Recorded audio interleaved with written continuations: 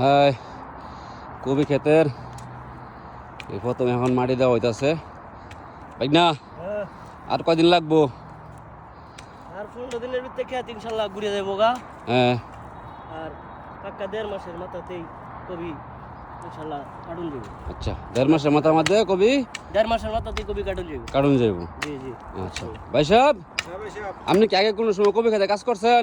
না, এই প্রথমেই করতেছি, উদ্যোগটা প্রথমেই নিছি। বাংলাদেশ থাকতে এই শশা করছি, লাউ করছি, হ্যাঁ। ঝিঙ্গা করছি, হুম। করলা করছি, কিন্তু কবি করি নাই।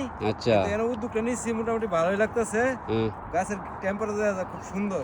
আচ্ছা আচ্ছা। ইনশাল্লাহ সামনে আশা করি ভালো হবে। বাইক না মাটি দাও মাটি দাও মাটি দাও শালা।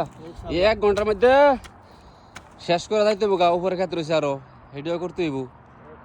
হ্যাঁ, সবাই 2 লাইন 3 লাইন নিচে করা হয়েছে, বহুত রয়েছে এখনো 600 ফিট চারা আছে, এটি শেষ করতে হইব।